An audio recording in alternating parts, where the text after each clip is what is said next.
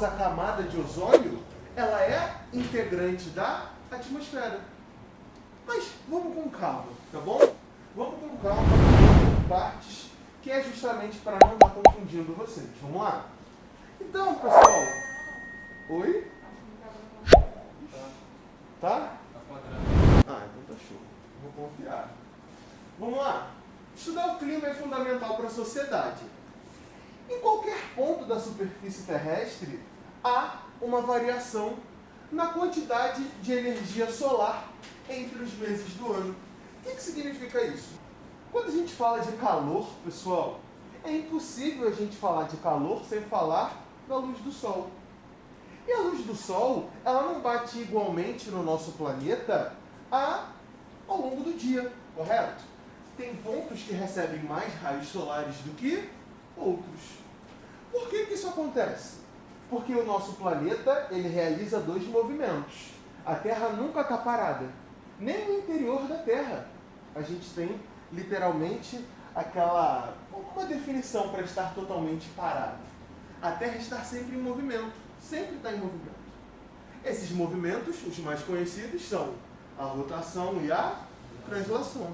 Correto? Rotação, a Terra girando em torno de si mesma. E a translação, a Terra girando em torno do Sol. Sempre lembrando, né, que isso acontece simultaneamente, ok? Então, enquanto a Terra gira em torno dela mesma, ela gira em torno do Sol. Porque, às vezes, os colegas confundem, né? Acha que num dia a Terra gira em torno dela, aí no outro dia ela gira em torno do Sol, depois ela descansa um pouco. Enfim, mas não. A Terra, ela sempre está girando ao redor dela e ao redor do Sol. Então haverão alguns momentos em que uma parte do planeta vai receber mais raios solares do que outros. É isso que a gente chama de variação solar ou forçante solar.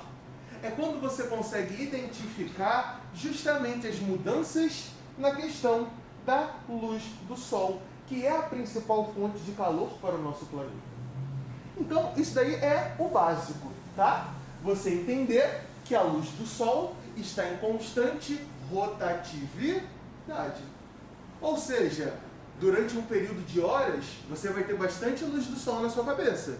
E durante um outro período de horas, essa luz do Sol vai literalmente ser muito mais forte em outra área do planeta. Afinal, o Sol nasce a extremo oriente, próximo ao Japão, por exemplo. Não é à toa que o Japão é conhecido como a terra do Sol nascente. E o Sol vai se pôr, lá pertinho do Alasca, depois que a Terra fizer a volta completa. Então, sempre se lembrem disso, tá? Há uma variação na luz do Sol, dentro de um mesmo dia, dentro de uma mesma semana, dentro de um mês, dentro de um mesmo ano. Essa variação do Sol, ela é padrão, tá? Então, esse é o primeiro conceito básico. É o primeiro conceito básico bem tranquilo, que é a forçante solar. E aqui a gente já começa a entrar nos temas das provas, né? Eu não sei qual é o objetivo de cada um. Imagino que alguns possam querer vestibular, outros prova militar, outros algum concurso específico.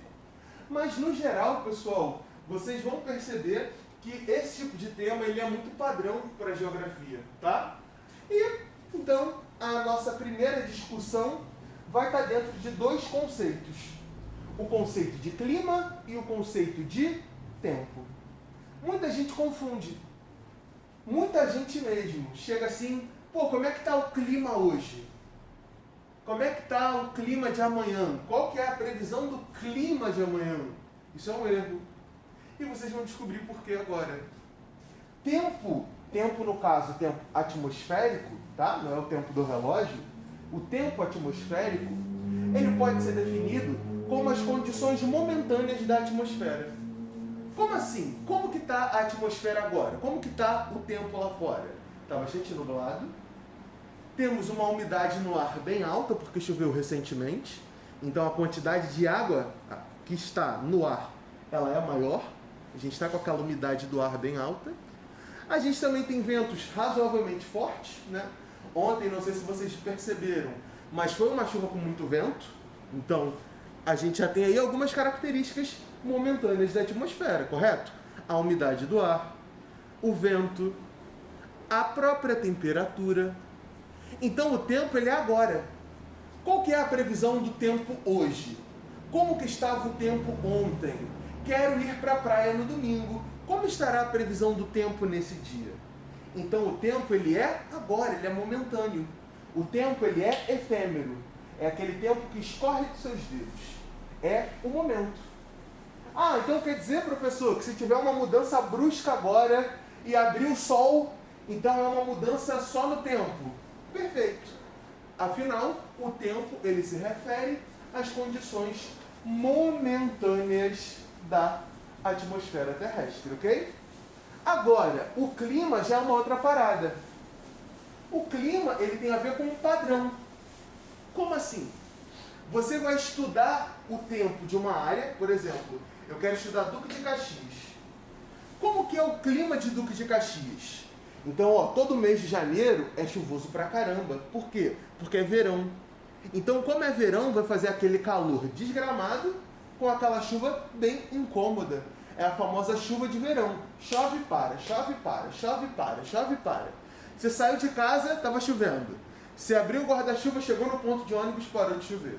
Você entrou no ônibus, voltou a chover. Você desceu do ônibus, parou de chover. Isso acontece muito no verão e já vocês vão descobrir por quê, já que na aula de hoje a gente vai estudar também os tipos de chuva, mas não agora, tá? Então, o clima, por exemplo, de Duque de Caxias em janeiro, ele é quente e chuvoso. Como que eu sei disso? Simples. Eu vou fazer um padrão. Eu vou estudar durante 30 anos o clima de Duque de Caxias. Durante 30 anos eu vou anotar, olha, janeiro tem essas características, fevereiro tem essas características, março é assim, abril é assim, junho já é menos chuvoso, já é o mês menos chuvoso de toda a Baixada Fluminense, costuma ser entre junho e ali julho. Então, ao longo de pelo menos 2 a 3 décadas, eu fiquei estudando as características dessa área. E a partir desse estudo eu posso falar, não, esse é o clima. O clima não é hoje, o clima não é agora, o clima não é amanhã. O clima ele é um padrão. O tempo não, o tempo ele é o agora, ele é o efêmero. Então essa é, sem dúvida alguma, pessoal, uma das partes mais tranquilas, tá? Geralmente as questões que pedem tempo e clima são bem fáceis. Então é só você sempre lembrar, ok? O tempo ele é agora, previsão do tempo, não previsão do clima, isso não existe. E o clima, então, é um padrão dessas condições. Quais são essas condições? O vento, a umidade do ar, a quantidade de calor no ar. Tudo isso você bota na balança quando for fazer o seu padrão climático, ok? Até aqui, alguma dificuldade, pessoal? Vocês estão conseguindo ouvir de boa? Está dando para encaminhar a aula de uma forma tranquila? Então tá bom. Lembrando que se vocês tiverem qualquer dúvida, vocês podem falar, tá, gente? Geralmente, eu particularmente, prefiro trabalhar clima com os slides para que vocês vejam. Como a gente está sem esse recurso hoje, é importante que se você não fez a abstração, você fale, para que a gente busque algum exemplo para facilitar, tá? Mas voltando então, pessoal, vocês já entenderam então que existe a forçante solar, a variação da luz do Sol ao longo de um dia, uma semana, um ano, um mês. E também já aprenderam a diferença entre o tempo e o clima. E agora a gente vai estudar o que permite tudo isso acontecer. Por que a gente está vivo agora? Por que a gente não virou um nugget enquanto a gente estava deitadinho na nossa cama? Porque existe a atmosfera. A atmosfera é uma grande barreira. A atmosfera é como se fosse uma grande camada gasosa que cobre o planeta Terra. Infelizmente, eu não tenho como mostrar para vocês agora. Mas a atmosfera, por exemplo, protege o nosso planeta de corpos celestes. Meteoritos, outros pequenos corpos celestes. Um exemplo que eu gosto de dar, e vocês podem pesquisar no Google depois, ó, é o meteorito do Bendegoa. Esse meteorito, ele estava em exposição lá na Quinta da Boa Vista, né? Naquele museu que infelizmente pegou fogo, o maior museu do Brasil, e já está incendiado aí, já faz um bom tempo, né? E o meteorito do Bendegoa, ele tem uma história muito interessante, né? Ele foi encontrado no Nordeste em 1778 por alguns agricultores, tipo um pedregulhão mesmo, um meteorito bravo, muito pesado. E aí, coitados, eles colocaram aquele meteorito numa carroça. Naquela época, o imperador ele tinha grande interesse nesse tipo de material. Tanto que, se vocês pararem para pensar, o próprio museu da Quinta, a Quinta como um todo, é uma ideia do imperador como um todo. Então, eles colocam o meteorito numa carroça e colocam alguns burrinhos para, coitados, carregarem 1 tonelada de meteorito. E é óbvio que deu errado. A carroça tomba, o meteorito cai dentro de um desfiladeiro e vai ficar por ali durante décadas. Até que lá para 1900 e bolinha, já com uma tecnologia mais avançada, foi possível tirar ele e levar para o museu. Eu não sei se vocês já tiveram a oportunidade de ir nesse museu antes dele pegar fogo, né? E ele era a primeira coisa que você vê no museu, ele já ficava bem na porta. Era a entrada do museu, era o meteorito do Bendegoa. E quando o museu pega fogo, ele literalmente fica debaixo do incêndio, né? Quando os bombeiros foram revirando lá, né, para ver o que estava intacto e o que não estava, muitas peças foram destruídas, quadros, esculturas, monumentos. E o meteorito do Bendegoa estava como? Tranquilão. Ele estava o quê? Quentinho. Quentinho ele estava, porque ele ficou debaixo de um incêndio, né? Mas o meteorito do Bendegoa, ele sofreu poucos danos. Para pensar. A atmosfera, ela é, repito, uma camada de gases. Quais gases? Principalmente nitrogênio e oxigênio, mas poderia falar outros, como o próprio ozônio.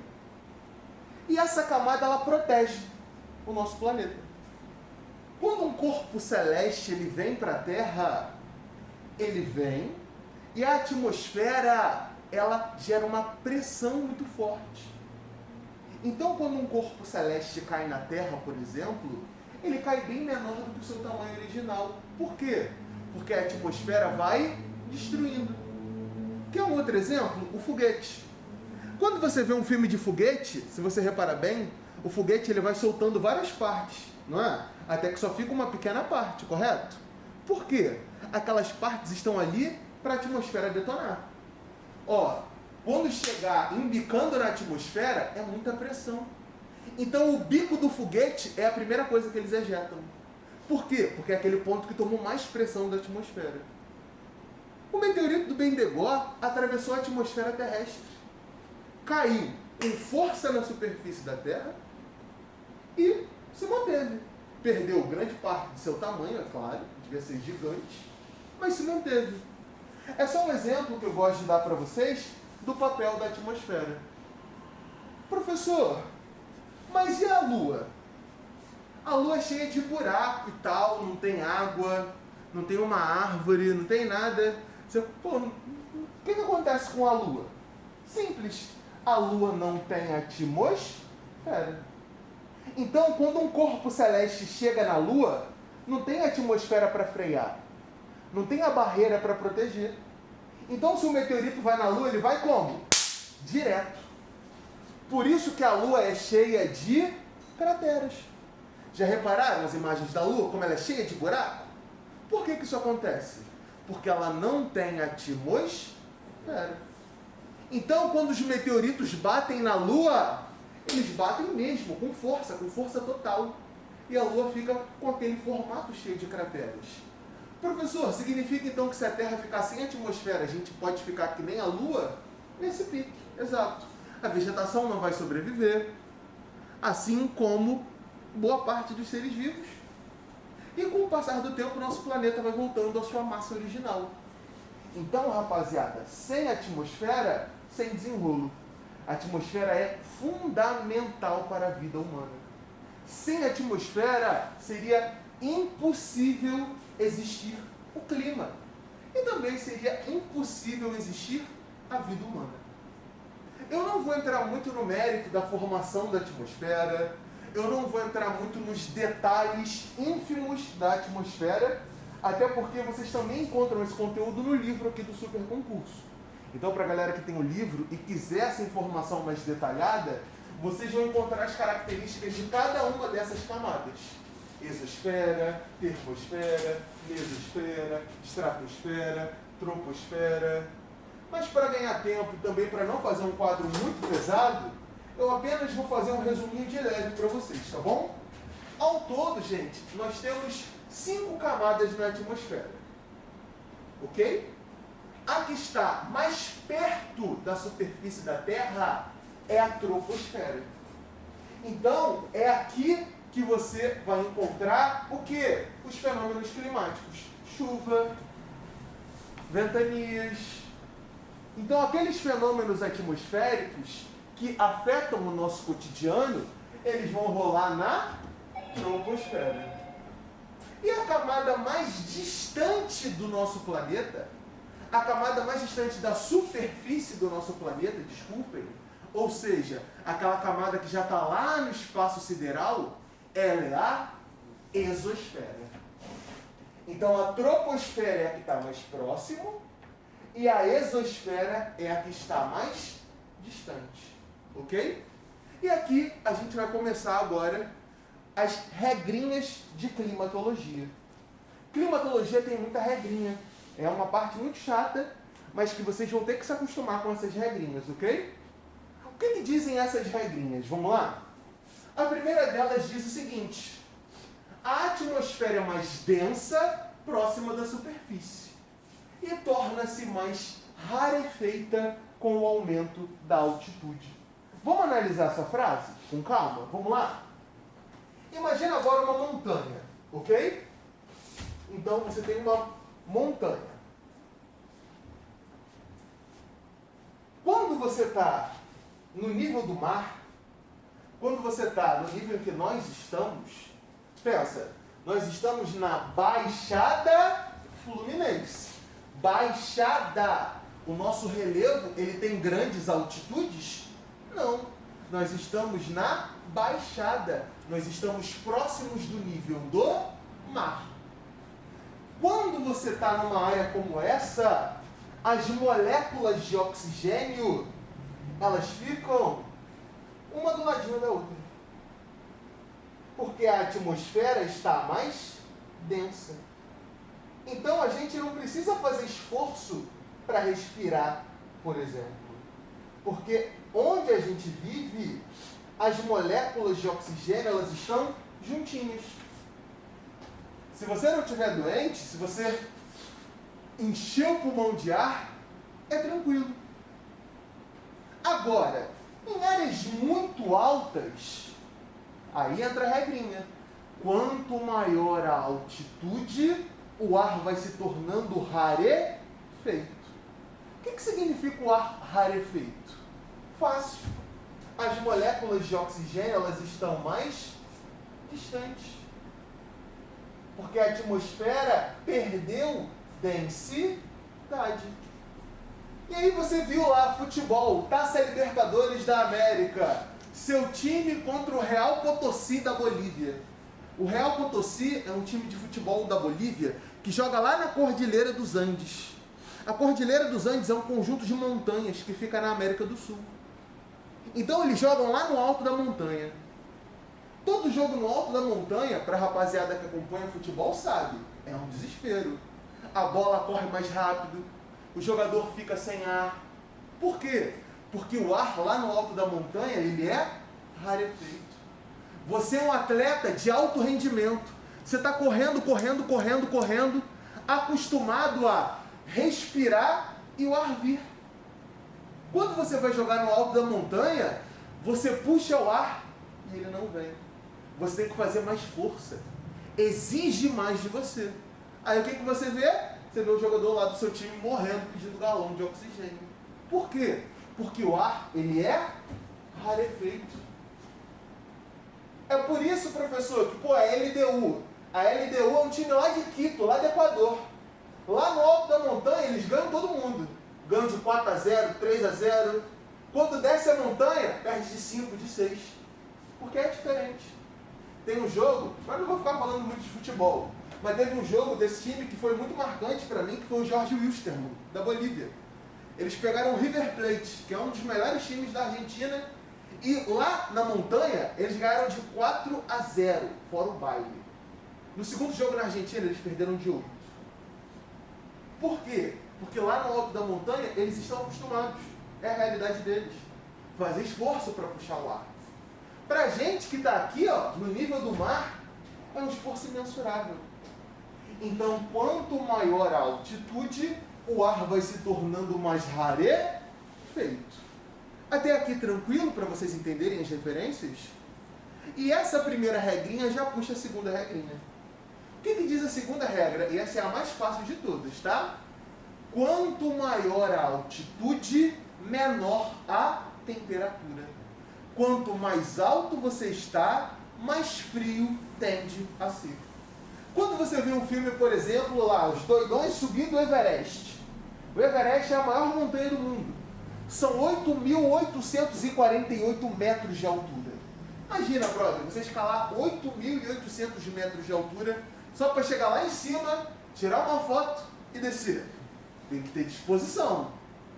Mas, suave, quem sou eu para julgar?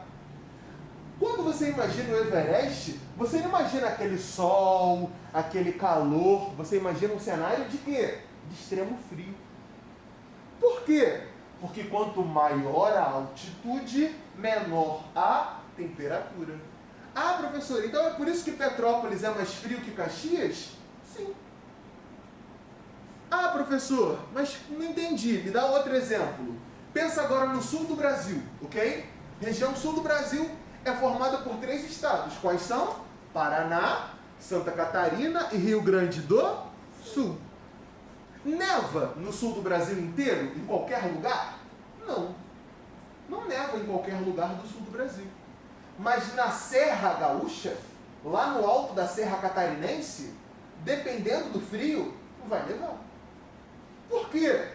Porque você vai ter uma altitude aliada a alguns outros fatores que já vocês vão entender. Eu estou indo de uma regrinha de cada vez. Mas então vocês já estão ligados em 2 regras.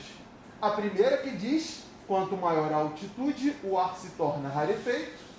E a segunda que diz, quanto maior a altitude, menor a temperatura. Beleza? Então agora a gente entra no meio da nossa parte 1, que são os elementos do clima. Os elementos do clima, eles são fundamentais. Temperatura, pressão do ar e outros fatores que a gente vai estar identificando que vão explicar as características do nosso clima. E a primeira delas que a gente vai estar estudando na aula de hoje é a temperatura. A temperatura, ela obviamente é definida pela luz do Sol. O Sol é a grande fonte de calor do nosso planeta. E o que é a temperatura? É, literalmente, a quantidade de calor no ar. Ok? Então, temperatura, quantidade de calor no ar. Não tem mistério. Qual que é o problema? Esses 3 pontos aqui, que muita gente erra. Principalmente esse aqui do meio, ó. Amplitude térmica cai bastante, tá? Cai muito. Principalmente prova militar. Ok? Então vocês não podem errar, principalmente esse aqui do meio, que é a amplitude térmica. Mas para exemplificar, eu fiz aqui um climograma fake. Eu no slide peguei uma previsão do tempo de Duque de Caxias e ia pedir para que vocês identificassem esses 3 conceitos. Como eu não estou com os slides aqui, eu meio que reproduzi um exemplozinho só para facilitar, ok? Então, o primeiro desses indicadores é a temperatura mínima. Temperatura mínima não tem muito mistério, correto, pessoal? É a menor temperatura registrada em um determinado período. Então, aqui, por exemplo, ó, olha a nossa previsão do tempo. Ó, aqui eu tenho as horas do dia E aqui eu tenho uma variação de temperatura. Então, às 8 da manhã bateram 29 graus. 33, 36, 38, 33, 30, 27. Ao longo do dia, essa foi a nossa variação de temperatura. Qual que é a temperatura mínima encontrada aqui? 27. Que horas ela é encontrada? 11. Perfeito. Então, às 11 horas da noite, encontramos a temperatura mínima, que foi de 27 graus Celsius. Alguém não entendeu, pessoal? Bem tranquilo, correto? E a temperatura máxima, qual que foi? 38. Que horas? Perfeito, às 14 horas. Então, temperatura mínima, 27 graus às 11 da noite. Temperatura máxima, 38 graus às 2 da tarde. Então, nós já encontramos os valores. Temperatura mínima, temperatura máxima. Aqui, resolvemos. A amplitude térmica ela é chata. Por quê? Porque ela é a diferença entre a temperatura máxima e a temperatura mínima. Então, nesse caso, a nossa amplitude térmica seria de aproximadamente 38 menos 27, 9. Correto? 9 não, ó. Desculpe, 11. Ó, é o sono do sábado de manhã. Então, a amplitude térmica nesse exemplo seriam de 11 graus Celsius. Ah, professor, é só isso? E você acha que vai enrolar a gente na prova? Acredite, vai. Porque a gente sempre confunde com a média térmica. A média térmica é quando você faz uma média entre essas temperaturas para encontrar um valor, literalmente, que é a média desse cálculo diário. A amplitude térmica não. A amplitude térmica é a diferença de temperatura máxima e temperatura mínima. E é aí que vem a regrinha de número 3, que talvez seja a pior das regrinhas na minha visão. Que ela diz o seguinte, ó, a amplitude térmica é alta em climas extremos. A amplitude térmica é maior em climas extremos. Ué, não entendi. Um clima extremo? Vamos pensar num deserto. Vamos lá, um deserto. Deserto do Saara. Deserto do Atacama. O deserto tem muita água? Não. Então, vai ter umidade no ar? Não. O deserto tem muita vegetação para liberar oxigênio e também liberar um pouquinho de umidade no ar? Não. O deserto, no máximo, vai ter cacto e vegetação xerófita. A vegetação xerófita é a vegetação que é acostumada à falta d'água, basicamente. Então, o deserto, a gente tem um clima extremo. Durante o dia, é um calor absurdo. Durante um dia, a temperatura num deserto pode bater 43 graus. E não tem vegetação, brother. Não tem árvore, não tem grama, não tem bosta nenhuma. Então, à noite, fica um frio absurdo. Então, num deserto, você pode ter uma amplitude térmica de 20, 25 graus. Durante o ápice da temperatura máxima, vai bater lá 39 graus. E no ápice da temperatura mínima, vai bater 1 grau. Então, são extremos. Para a nossa realidade, isso não é muito visível. Você pode ter uma variação de 5 graus, 10 graus, 8 graus, sei lá. Durante o dia fez muito calor, bateu 40 graus. Durante a noite choveu um pouco e aí abaixou para 33. Beleza. É raro já, porque vocês estão ligados. Ultimamente chove e o calor não passa. Pode estar chovendo, pode estar tudo alagado, você vai continuar suando. Em muitos dias do nosso verão tem sido assim. Mas tranquilo. O fato é que a amplitude térmica ela é grande, pessoal, nesse tipo de ocasião. Tá? Se não for esse tipo de ocasião, dificilmente você vai ter uma grande amplitude térmica. Durante o dia um calor absurdo e durante a noite um frio extremo. Só existe um caso que talvez vocês encontrem e que já caiu na última questão da prova da ESA de 2019, inclusive, que foi, na minha visão, uma das maiores sortes que eu já dei na minha vida. Que eu estava dando aula de clima aqui no super concurso E eu quase desisti de falar desse fenômeno que acontece no Rio Grande do Sul. Esse fenômeno aí da friagem, só acontece num pedacinho do sul do Brasil. Nem vou explicar essa bosta não, vou passar e vou escrever no quadro. Só que sobrou um espacinho no quadro e eu fiquei com a consciência pesada, né? E acabou que eu escrevi o fenômeno de friagem que acontece no Rio Grande do Sul. E, cara, não deu outra. Foi a última questão da prova da ESA desse ano e muita gente conseguiu acertar, porque foi a questão mais difícil de toda a parte de humanas, porque é um fenômeno muito específico. Não era porque era uma questão muito difícil. É porque ninguém conhece esse fenômeno. É o fenômeno da friagem. O fenômeno da friagem, ele acontece no sul do Brasil e ele está relacionado à amplitude térmica.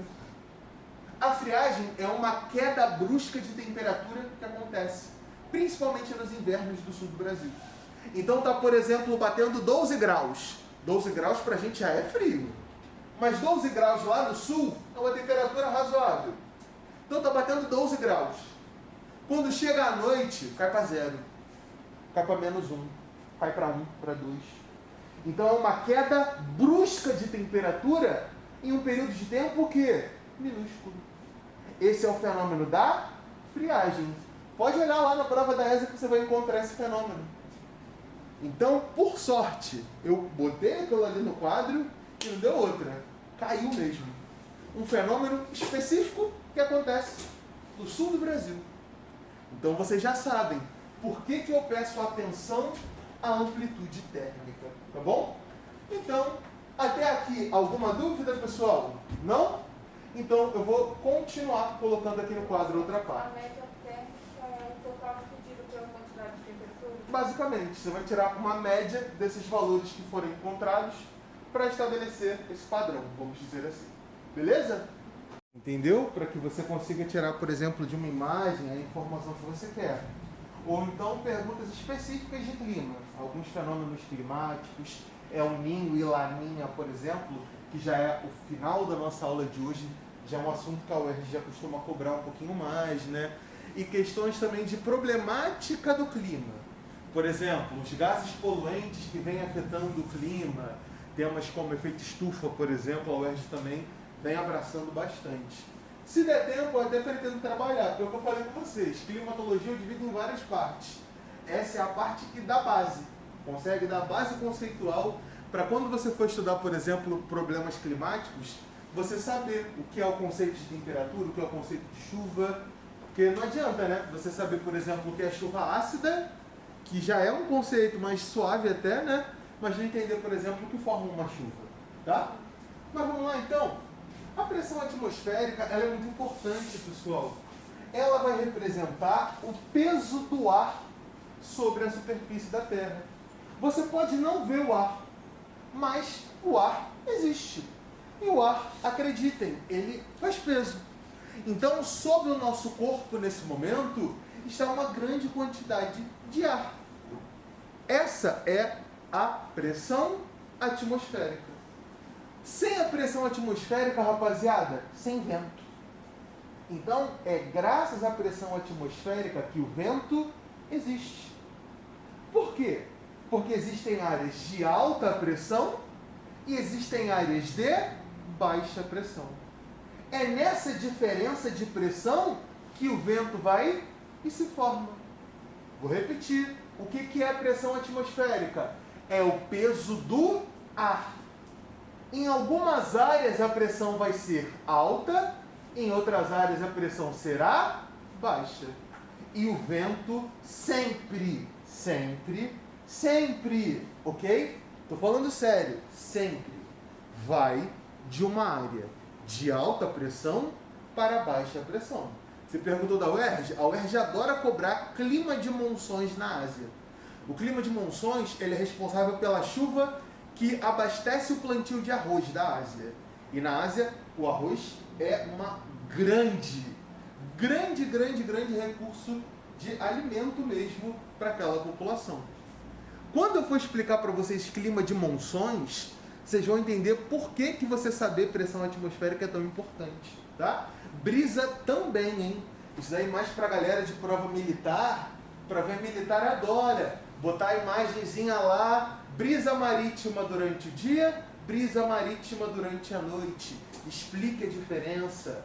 Provinha militar adora esse tipo de questão, mas a gente vai ver. Fica calmo, tá? O fato é que a pressão atmosférica é o peso do ar. E que os ventos, eles sempre vão estar mudando de direção, ok? Mas respira, tá? Respira. Guarda essa informação agora para você, ok? Que já já ela vai ser útil, tá bom? Agora vamos falar de chuva. Vamos lá? A chuva. A chuva, pessoal, eu brinco que ela é a reta final do ciclo da água. Por isso que eu falei ali de um ponto de saturação. Vocês se lembram do que é o ciclo da água? O ciclo da água é aquela matéria da quinta série. Será que vocês ainda lembram? De quando a professora chegou lá na quinta série, todo mundo como? Doido para chegar em casa, e ela falando do ciclo da água. Vamos lembrar? A água, pessoal, ela não está parada. Se você pegar um copo com água e colocar numa janela que bate sol, o que vai acontecer com a sua água? Vai evaporar. A luz do sol pode parecer que não, mas aos pouquinhos ela vai fazendo com que essa água evapore. Eu estou falando da água de um copo. Imagina quanto de água que evapora no oceano por dia, batendo sol ali durante umas 12 horas. Bastante, não é? Então, beleza. Guarda agora essa informação para você, ok? O que é o ciclo da água? O ciclo da água, ele explica todo o processo que a água faz até virar chuva. Você tem a água de um rio, por exemplo. A luz do sol vai bater no seu rio. Essa água vai evaporar. Vai evaporar tudo de uma vez. Calma. É a luz do sol, não é o raio laser do Superman.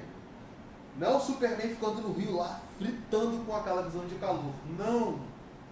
Não é o Scanor, para quem vê na Natsu no Taizai, né? Acho que é esse o nome do anime. Não é o Scanor, que é o cara lá do sol, que sozinho derrete um rio. Não, calma. Não é o Goku com Genkidama, Kamehameha. Então o rio ele não evapora de uma vez. A água vai evaporando aos poucos. Quando essa água evapora, ela vai indo em direção à atmosfera. A água que estava no estado líquido, com a luz do sol, passou para o estado gasoso. O que antes era água virou vapor d'água. O vapor d'água foi para a atmosfera. E o que diz a regrinha de número 2? Vocês lembram? Quanto maior a altitude, menor a temperatura. Então aquele vapor d'água que subiu, opa, eu estou num ponto mais alto. Se aqui é mais alto, aqui é mais frio. Se aqui é mais frio, a água vai chegar no ponto de saturação. E o que era gasoso vai voltar ao seu estado líquido. E aí a gente tem a formação da chuva. Tranquilo até aqui? Professor, mas e a neve? Não entendi. A neve é o quê? O sub-zero jogando especial da nuvem? Claro que não. A neve é quando essa água, ao invés dela chegar ao ponto de saturação aqui na atmosfera, ela vai ter o seu ponto lá no alto da atmosfera. Quanto maior a altitude, menor a temperatura. Se ela está ainda mais alta do que o normal, vai estar ainda mais frio. O que deveria virar água, vira neve. Pode perguntar. É por isso que lá fora, né? Porque lá já é alto e quando... Em alguns pontos, mas é um raciocínio meio certo. Porque tem outras regrinhas que também vão interferir nisso. Que é a próxima regrinha que a gente vai ver, por exemplo. Quanto mais perto da linha do Equador você está, mais quente fica. Então isso daí atrapalha. Mas, por exemplo, algumas áreas lá do norte dos Estados Unidos, do norte do Canadá, são altas e longe da linha do Equador. Então são frias a vera. Tipo o Alasca. O Alasca ele é frio a vera. A Sibéria. O inverno na Sibéria bate menos 80 graus, rapaziada.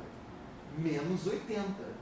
Porque lá é longe da linha do Equador e também é literalmente uma área de planalto siberiano. Uma área mais alta. Não, mas a temperatura mais baixa que já é registrada é menos 76? Não. Não, que eu saiba não. A gente já conseguiu bater nos polos, se eu não me engano, menos 88. 88? Sim, mas eu posso ser enganado também, né? Posso estar. Porque depende muito, né? Das variações. Cada área é uma área diferente. Você tem que entender uma dinâmica que é bem simples, tá, pessoal? Ó, guardem essas informações aqui da chuva por um minutinho, tá? Eu vou antecipar então uma regrinha, ok? Ó, aqui está o planeta Terra, ok? Aqui está o Polo Norte, também chamado de Ártico. E aqui está o Polo Sul, também chamado de Antártida, ok? A igual distância desses dois polos, a igual distância entre esses dois polos, eu fiz uma linha imaginária. O nome dela é a linha do Equador. Ela divide a Terra no meio, em hemisfério norte e hemisfério sul. O que acontece? A linha do Equador ela vai pegar a barriguinha da Terra. Essa vai ser a área que vai receber a maior quantidade de raios solares. Então aqui onde vocês estão vendo essa linha, é aqui que o raio solar ele vai bater firme. E quanto mais longe você está, menor a quantidade de raios solares que você recebe. É por isso que o Polo Norte ele é congelado. Qual que é o nome desse oceano aqui? É o Oceano Glacial Ártico. Por que glacial? Porque ele passa a maior parte do ano congelado. E aqui no sul, o Oceano Glacial Antártico. Por que glacial? Porque ele passa congelado a maior parte do ano. Então, quando a gente fala de menos 80, menos 76, varia, entende? Porque nessas áreas extremas aqui, ó, a incidência de raios solares é mínima. Enquanto que nessas áreas aqui, a incidência de raios solares é gigante. Olha o nome da Amazônia. Todo mundo chama a Amazônia só de floresta amazônica, não é?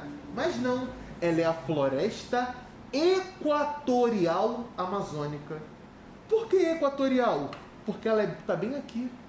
Ela é cortada pela linha do Equador. Se ela é cortada pela linha do Equador, ela recebe muitos raios solares? Sim. Se ela recebe muitos raios solares, faz muito calor? Sim. Se faz muito calor, eu tenho mais água evaporando? Sim. Se eu tenho mais água evaporando, eu tenho mais chuva? Sim. É por isso que, no verão, todos os dias, quando dá umas 4, 5, 6 horas da noite, da tarde, chove na Amazônia. Pode anotar. Praticamente todo dia de verão, chove na Amazônia. Por quê? Regrinha de clima. Entendem? Quanto mais perto da linha do Equador, maior a incidência de raios solares. Tá bom? Só para ajudar a esclarecer a dúvida do colega, nós vamos voltar. Ok? Voltem para mim, por favor, para a gente voltar a falar de chuva. Vamos lá? Então a gente estava falando do ciclo da água, correto? A água que estava no rio, ela evaporou. Quando evaporou, ela foi em direção à atmosfera, ficou mais fria, saturou e voltou em forma de chuva. Essa chuva, ela vai cair em muitos lugares. Ela vai ser absorvida pela vegetação, ela vai ser absorvida pelo solo e depois ela vai desembocar de volta no rio. É por isso que a gente chama de ciclo da água. Evaporou, choveu. Evaporou, choveu. Evaporou, choveu. Evaporou, choveu. Isso é muito importante, porque quando a gente estuda os 3 tipos de chuva, vocês vão entender que é fácil. Vamos lá, vamos por partes. Primeiro tipo de chuva que a gente vai estudar vai ser a chuva convectiva. Porque ela é mais fácil. Ela é chamada de chuva de verão. Chuva de verão, falei de chuva de verão, falei de chuva convectiva. O que é uma chuva convectiva? Simples. O verão é mais quente, tenho mais água evaporando, tenho mais chuva. Então o que vai acontecer? Chove para, chove para, chove para, chove para. Ontem mesmo, quando deu umas 2h30 da tarde, eu estava em casa, deitado, depois do almoço, barriga para cima, começou a relampejar, trovejar, bateu aquele desespero, saí, tirei as roupas do varal, para evitar, né, aquela tristeza de molhar as roupas. Começou a chover. caiu uma pancadona de chuva. Caiu muita chuva. Depois de 15 minutos parou de chover. Depois, umas 2 horas depois, a mesma coisa. No ano passado teve um dia que foi até engraçado, que foi o dia da aula de clima, que era literalmente isso. Chovia, parava, chovia, parava, chovia, parava, chovia, parava. Isso é o que a gente chama de chuva convectiva. Em Goiás, eu sofri muito. Foi em Goiás que eu descobri que a chuva convectiva era real. Eu fiz geografia na UERJ, a Universidade do Estado do Rio de Janeiro. E a UERJ, uns anos atrás, quando ainda tinha dinheiro, a UERJ financiava para a gente ir para congresso, apresentar trabalho. Então tinha um encontro nacional dos estudantes de geografia. E aí eles pagavam a nossa passagem para a gente ir para esse congresso, apresentar trabalho, né? E eu fui, aqueles 19 anos, 20 anos, com uma passagem paga pela UERJ para qualquer lugar do Brasil, filho. Eu vou rindo. E fui. Cheguei lá, montei minha barraca, aquelas barraquinhas de plástico mesmo, montar com armação, inflei o colchão inflável, forrei tudo. Goiás, janeiro, foi de 20 a 30 de janeiro o congresso. Show! Tô deitado. Abre aquele sol. Brother, eu não sei se vocês já dormiram numa barraca de plástico, mas quando bate sol, fica um calor infernal. Então batia um sol no plástico, na hora eu acordava, porque era muito quente, cara. Pensa, às vezes tinha festa na noite anterior, tu já mais pra lá do que pra cá, baqueado já, como? Na máxima, aquele sol no plástico. Aí eu saía da barraca, respirava, dava 10 minutos, chovia. Aí corre pra barraca. Entrava na barraca, ficava uns 15 minutos na barraca, sem telefone, sem nada, vinha o sol de novo. Aí começava a suar. Aí já ficava revoltado, de ir pra Goiás pra ficar sendo sacaneado pelo tempo, tá de sacanagem? Saía da barraca, chovia. Sério, chove, para, chove, para, chove, para. É uma chuva convectiva. É a chuva de verão. Pode ficar atento, porque a gente está no verão ainda. O verão ainda vai durar mais um tempinho. Fica atento. Às vezes, nem é uma chuva muito longa. É aquela chuva que é ruim para a cidade. Por quê? Porque é um porradão só de uma vez. É aquela chuva rápida, só para encher a rua, para atrapalhar na volta do trabalho. É a chuva convectiva. Beleza? Deu para entender o primeiro tipo de chuva, então? O segundo tipo de chuva é a chuva frontal. A chuva frontal também é conhecida como chuva de massa de ar. Então, a chuva frontal, ela não tem muito a ver com evaporação. Até tem, é óbvio, toda chuva vai ter, mas não é tão dependente assim como a chuva convectiva. O que vai acontecer, ok? Já eu vou explicar para vocês o que são massas de ar, tá? Respirem, fiquem calmos. Já vocês vão descobrir o que significa isso. Mas você tem uma massa de ar fria.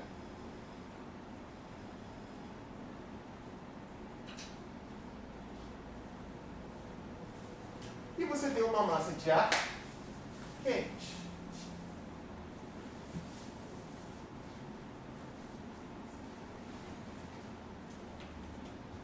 Repito, a Terra está sempre em movimento. Então essas massas de ar, elas não ficam paradas. Elas ficam em deslocamento. Esse deslocamento é a circulação geral da atmosfera. É por isso que eu pedi para que vocês estudem. A circulação geral da atmosfera, ela explica o deslocamento do ar pelo planeta. São 3 forças que vão afetar isso. Uma delas, por exemplo, é a força de Coriolis. Temos a força do gradiente de pressão. Mas como isso não cai tanto, e eu estou com pouco tempo e sem os slides, eu preferi só botar a recomendação para que vocês estudem. Senão eu ia perder um pedação de quadro só para explicar isso. Então eu vou pedir para que vocês vejam isso com calma, tá? Porque não é muito difícil não. É só a dinâmica do ar no nosso planeta. Por que uma corrente vai para lá, por que outra vai para cá? Isso que vai ser explicado ali basicamente. Mas voltando aqui, ok? Então você tem uma massa de ar quente e uma massa de ar frio. Aí você está em casa lá almoçando, previsão de chuva. Está vindo uma massa de ar frio, vinda do sul do Brasil. E acredita-se que a gente vai ter uma grande quantidade de chuva nos próximos dias. Ué, uma massa de ar frio vinda do sul traz chuva? Por quê? É bem simples.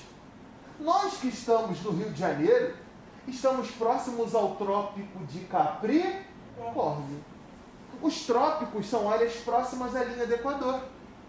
Se elas são áreas próximas à linha do Equador, elas recebem muitos ou poucos raios solares? Muito bem. Afinal, é uma área próxima à linha do Equador. A maioria das massas de ar, então, que se formam nos trópicos, elas são quentes ou frias?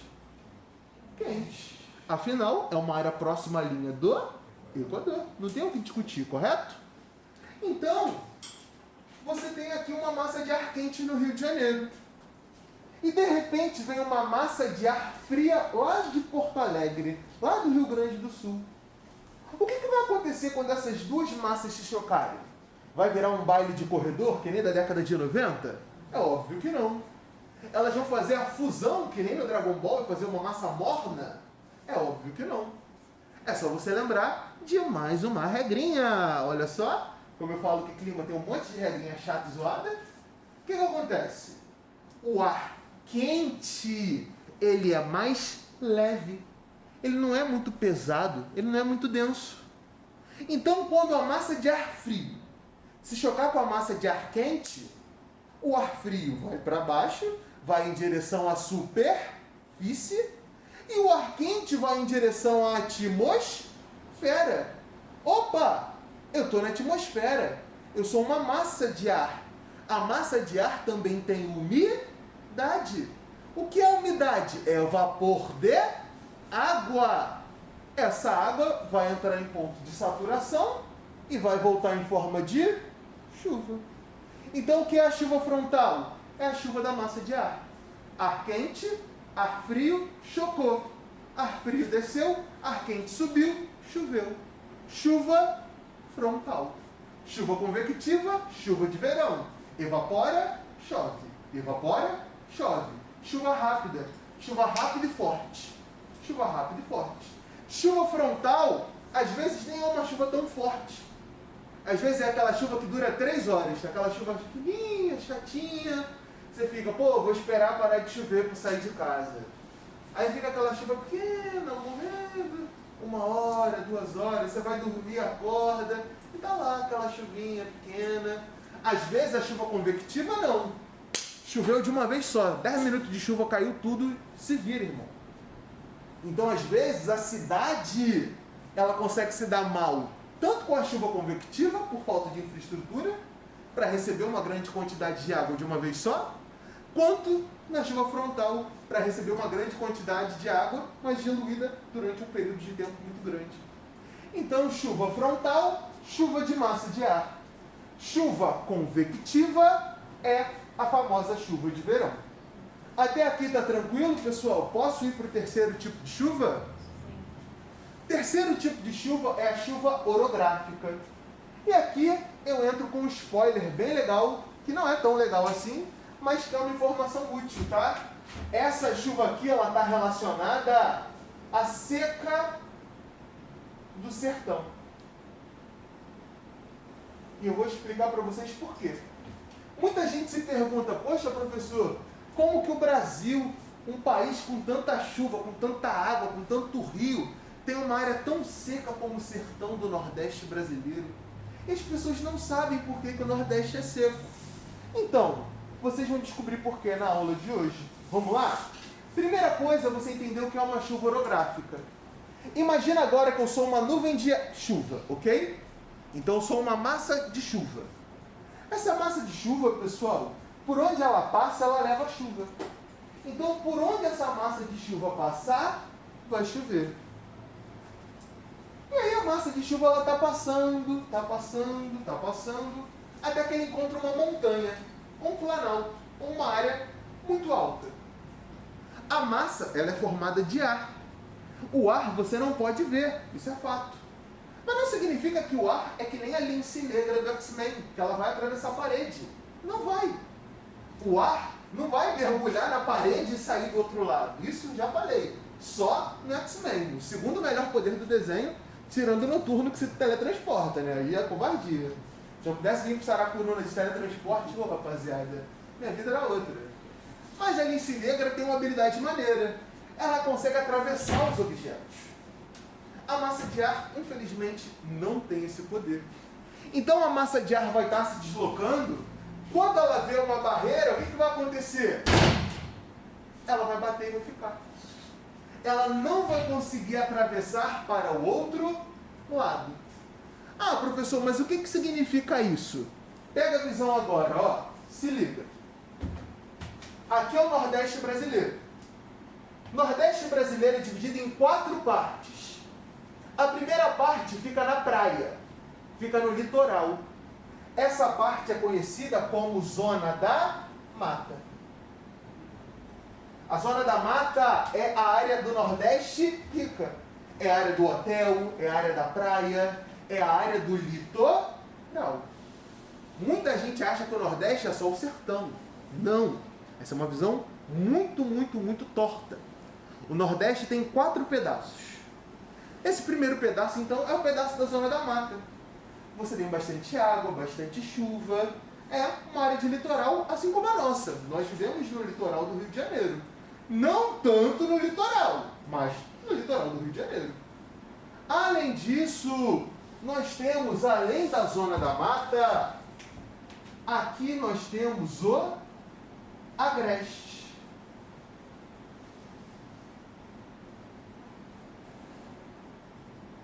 O Agreste, ele tem um planalto muito famoso. É uma barreira orográfica, é uma área bem alta. É o planalto da Borborema. Então, aqui no Agreste, eu tenho o planalto da Borborema.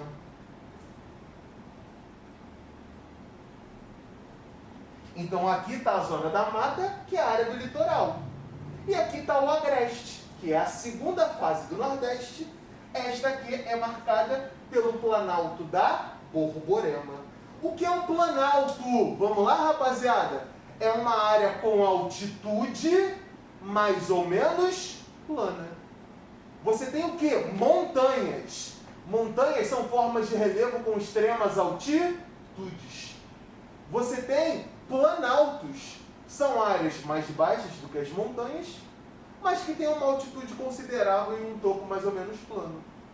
Você tem os planaltos. Planícies, desculpem. As planícies são áreas planas próximas do nível do mar. E você tem as depressões, que são pontos mais baixos do relevo. Olha o nome, ó, Holanda. Já ouviram falar nesse país? A Holanda agora não quer mais ser chamada de Holanda. Quer ser chamada de Países Baixos. Sabe por quê? A maior parte do relevo da Holanda é depressão, é abaixo do nível do mar. Mas enfim, ok? Nordeste brasileiro, nós temos um planalto. Aqui nós temos o sertão. E aqui nós temos a 4ª fase do Nordeste brasileiro, que é o meio norte. O meio norte, ele é meio que uma área de divisa de floresta amazônica. Então você vai ter uma grande influência da Amazônia no meio norte. E aí eu pergunto para vocês, o sertão, ele está entre a floresta amazônica e o Oceano Atlântico. Por que o sertão é seco, brother? Ele, repito, está entre a maior floresta úmida do mundo e o Oceano Atlântico. Por que ele é seco? Por causa da chuva orográfica. A nuvem de chuva, ela vai se formar no litoral. Então aqui, ó, vai chover bastante. Quando a nuvem se deslocar, ela vai bater no planalto da Borborema. Ela vai atravessar que nem a lince negra? Não. A nuvem não tem superpoder. Então ela vai ficar aqui presa. Chovendo, chovendo, chovendo, chovendo. Opa, esvaziei. Esvaziei, fiquei mais leve. Fiquei mais leve, fiquei mais alta. Fiquei mais alta, passei. Quando eu passei, a minha nuvem chegou aqui. Mas agora ela já está seca. Por que que o mar é entre o Oceano Atlântico e a floresta amazônica é seca? Por conta do relevo. O Planalto da Borborema. Eis a explicação da seca do sertão nordestino. Entendem? É por causa do tipo de chuva. A chuva orográfica. Ou seja, a nuvem de chuva vai bater na barreira, não vai passar, vai cair a sua chuva como um todo, e aí quando ela estiver vazia, ela vai atravessar o percurso. E uma dica, tá, gente? Desculpem, eu esqueci de falar. Chuva também pode ser chamada de precipitação, tá? Para aquelas provas difíceis, tem gente que adora fazer prova com palavra difícil, tá, rapaziada? Então, ó, precipitação, tô até escrevendo no quadro, ó. Precipitação é a mesma coisa que chuva, tá bom? Às vezes, para a pessoa fazer uma questão de prova mais difícil, ao invés de chamar de chuva, ele chama de precipitação. Então, vocês já estão ligados, precipitação é a mesma coisa que chuva. Até aqui tá tranquilo para vocês, meu povo? Tá dando para fluir bem a aula? Então agora a gente vai chegar, na minha visão, na cereja do bolo. Ok? Então, ó, aqui nós temos as massas de ar.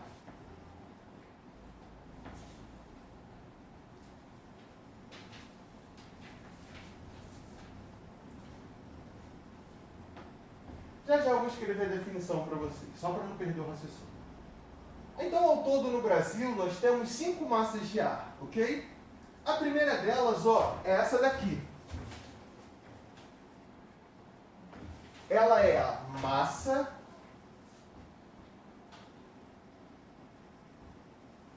equatorial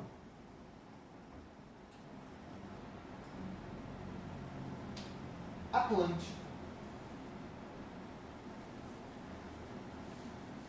Olha o nome dela, MEA.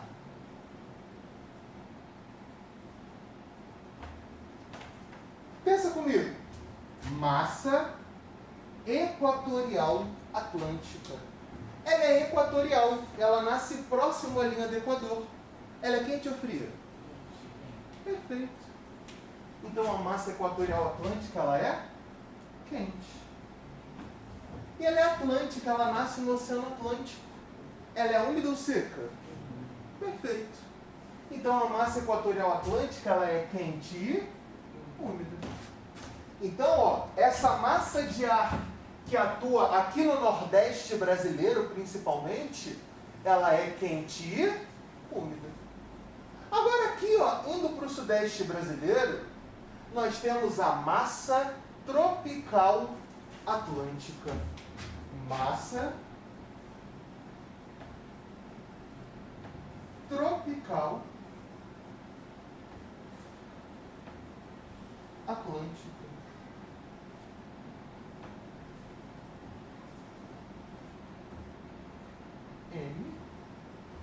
MTA. Essa massa de ar, ela atua bastante no Sudeste brasileiro, inclusive no Rio de Janeiro. Ela é tropical, significa que ela nasce próxima do trópico. Nesse caso, o trópico de Capricórnio. A massa tropical, ela é quente ou fria? Muito bem. Então a massa tropical atlântica, ela é quente. E assim como a primeira, ela também é atlântica. Ela é úmida ou é seca? Perfeito. Então a massa tropical atlântica, ela é quente e úmida. Bem tranquilo. Já vimos 2 das 5 massas de ar que atuam no Brasil. Uma que atua no Nordeste e a outra que atua no Sudeste. Agora aqui, ó, indo para o sul do Brasil, a gente tem essa massa de ar aqui.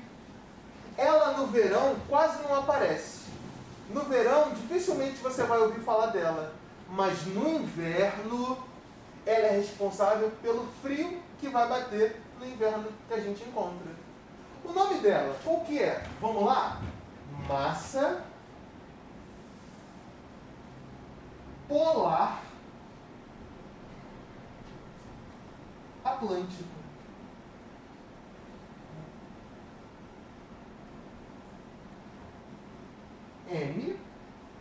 MPA. Massa polar atlântico. Olha o nome, ó. Polar. Ela nasce lá no Polo Sul, na Antártida. Ela é quente ou é fria? Muito bem, ela é fria. Mas ela também nasce no Oceano Atlântico. Ela é úmida ou seca? Muito bem. Então a massa polar atlântica, ela é fria e úmida. Até aqui bem tranquilo, correto? Já vimos 3 das 5 massas de ar que atuam no Brasil. Agora, na quarta colocação, a gente tem a MTC. Massa tropical continental. Se ela é tropical, ela nasce no trópico. Nesse caso, o trópico de Capricórnio. Então, vamos escrever massa tropical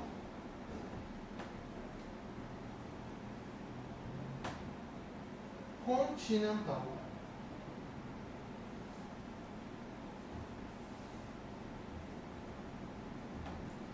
Massa tropical continental, MTC. Se ela é tropical, ela vai ser quente ou fria? Quente. E ela é continental, ela não nasce no oceano. Ela nasce dentro do continente. Mais especificamente nas planícies do Chaco, na Argentina. Ela vai ser úmida ou seca? Muito bem. Como ela não nasceu no oceano, ela vai ser quente e seca. Correto? Como é continental, seca. Como é tropical, quente. Até aqui, sem nenhum mistério. Correto? E aqui que mora o perigo. Na MEC. Massa equatorial continental.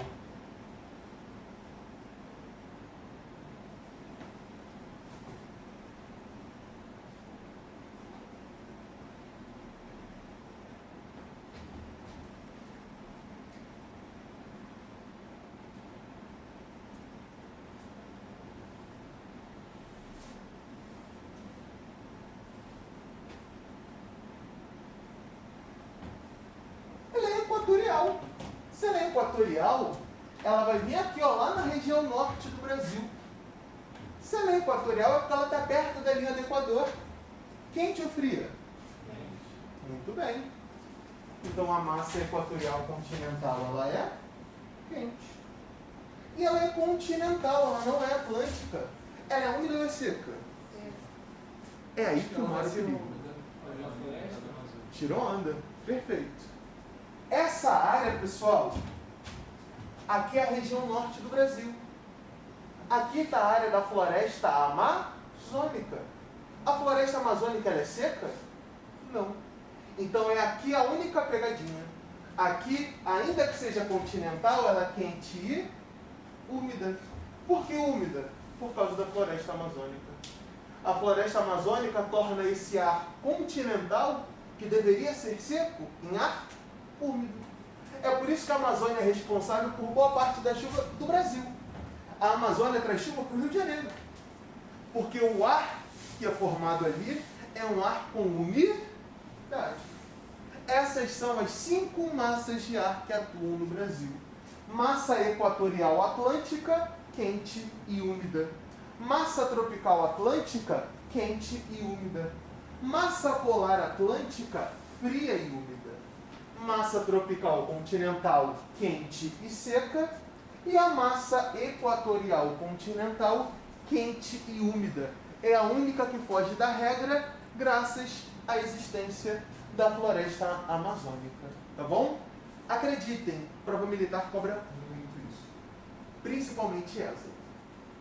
Então, para a rapaziada que pensa em fazer ESA, vocês têm que sair daqui com isso na ponta da língua, tá? Eles cobram. SpaceX cobra. SpaceX, geralmente, ele vai te dar só um mapa.